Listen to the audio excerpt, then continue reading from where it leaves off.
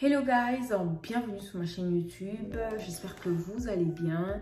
Alors aujourd'hui, cette vidéo, je vais juste partager avec vous comment savoir si on est rempli du Saint-Esprit, parce que beaucoup de gens se posent des questions. Est-ce que je suis rempli du Saint-Esprit? Comment savoir si je suis rempli du Saint-Esprit? Est-ce que le fait de juste parler en langue prouve que je suis rempli du Saint-Esprit? Alors je pense que j'avais fait une vidéo comme ça sur mon Snapchat. Et, bonjour à tous. Comment savoir si on est rempli? Et j'avais publié ça sur mon Snapchat. J'avais pas publié, j'ai publié ça quelques temps après. Et j'ai publié ça aussi sur mon WhatsApp. Alors aujourd'hui, j'ai décidé de faire carrément une vidéo sur YouTube et en parler. Et je vais essayer de mettre les sous-titrages pour les gens en anglais. Alors, donc voilà. So, let me just translate this here. So I made a video, I think 4 months ago. I was talking about the fruit of the Spirit and how to know that you are filled with the Holy Spirit. And today I'm just going to talk a little bit about it and explain it on my YouTube, because that video was on my Snapchat and my WhatsApp.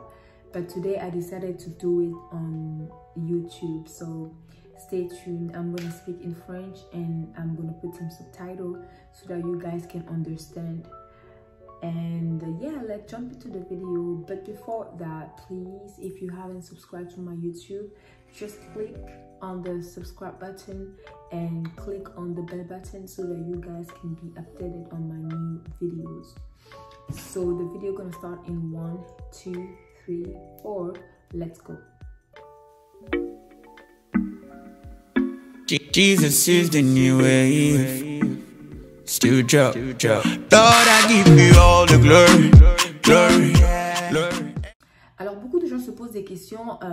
Est-ce que je suis rempli du Saint-Esprit? Comment savoir si je suis rempli réellement du Saint-Esprit? La réponse est tout simplement dans la Bible. Tu vois, la réponse est tout simplement dans la Bible. C'est dans Galates 5, 22. Et je vais lire le verset pour vous.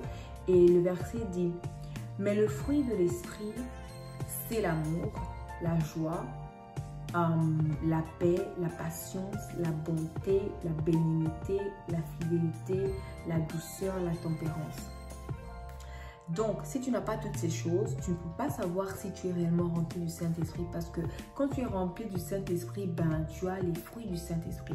Le fait que tu sois rempli du Saint-Esprit, ça apporte ces fruits ici. Donc, pour savoir si tu es rempli du Saint-Esprit, tu dois te poser des questions. Si par exemple, avant, tu n'étais pas rempli d'amour pour les gens, tu vas te rendre compte qu'en fait, tu aimes beaucoup plus, tu vois. Tu aimes beaucoup plus, tu vas te rendre compte que tu as plus de joie, tu vas te rendre compte que tu as plus de paix, tu vas te rendre compte que tu es plus patient, tu vas te rendre compte que tu as plus de bonté. Parce que être bon et être rempli de bonté, c'est différent, tu vois. Tu peux être bon, mais tu peux être bien, je veux dire bien. Tu peux être bien avec les gens, mais tu n'es pas rempli de bonté. La bonté, c'est quelque chose qui s'acquiert à partir du Saint-Esprit. C'est un don du Saint-Esprit. Parce que être bon, quand tu vois une personne vraiment qui t'aide, tu te dis, mais cette personne est tellement bon. Cette personne est remplie de bonté, tu vois. C'est dans ce sens-là. Donc voilà, tout humain est bien. Mais le fait d'être bon et d'être rempli de bonté, c'est l'un des fruits du Saint-Esprit qui s'acquiert en toi en recevant le Saint-Esprit dans ta vie. Donc Galates 5, 22, ça te montre les fruits du Saint-Esprit. Et tu dois peser ta spiritualité ou bien ta vie chrétienne en te référant à ces choses-là. Est-ce que depuis que tu as reçu le Seigneur, parce que quand tu reçois le Seigneur, le Saint-Esprit vient automatiquement dans ta vie. Et tous ces fruits se manifestent dans ta vie.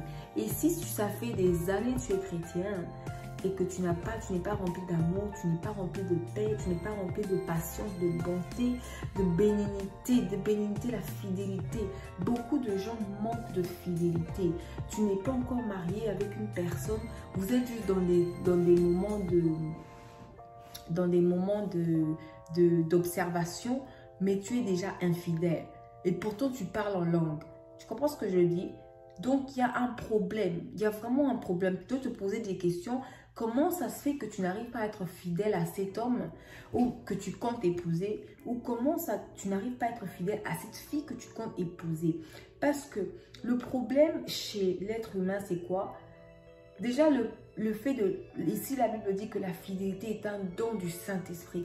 Donc, mes chères sœurs, mes chers frères, si vous cherchez une personne fidèle, cette personne doit être remplie du Saint-Esprit pour que cette personne puisse être fidèle. Donc, voilà un peu ce que j'allais partager avec vous. Et la tempérance, la douceur, tout ça vient avec le Saint-Esprit. Tu veux une personne douce, tu veux être douce, tu veux être plus tempérante, tu veux avoir de la tempérance, tu dois être rempli du Saint-Esprit. Et ça, c'est le miroir qui te permet de voir vraiment si tu es rempli du Saint-Esprit. Donc voilà ce que j'allais partager avec vous. Le fait de tomber à l'église, de parler en langue, ne veut pas dire que tu es rempli du Saint-Esprit. Tu dois au fait avoir toutes ces choses dont Galates 5:22 est en train de parler. Donc j'espère que vraiment cette vidéo a aidé une personne et ça va vraiment t'aider à peser ta vie spirituelle et ça va vraiment t'aider à peser ta chrétienté parce que en tant qu'enfant de Dieu, nous ne devons pas nous limiter seulement à parler en langue. Nous devons être des imitateurs de Christ et le Saint-Esprit nous permet à imiter Christ comme il se doit. Donc voilà. J'espère que cette vidéo a aidé une personne à tester et à savoir s'il est vraiment rempli du Saint-Esprit. Donc voilà, je le redis encore, le fruit de l'Esprit, c'est l'amour, la joie, la paix, la patience, la bonté, la bénignité, la fidélité, la douceur, la tempérance. Donc voilà, j'espère que vraiment cette vidéo a béni quelqu'un. S'il vous plaît, si vous ne vous êtes pas encore abonné, abonnez-vous, abonnez vos oncles, abonnez vos tantes, abonnez vos frères. Abonnez tout le monde de votre famille. Si vos chiens ont des YouTube, abonnez-les aussi. Parce que je pense que vraiment, ils seront bénis parce que je partage sur cette chaîne. Et que Dieu vous bénisse abondamment. Et on se retrouve pour une autre vidéo bientôt.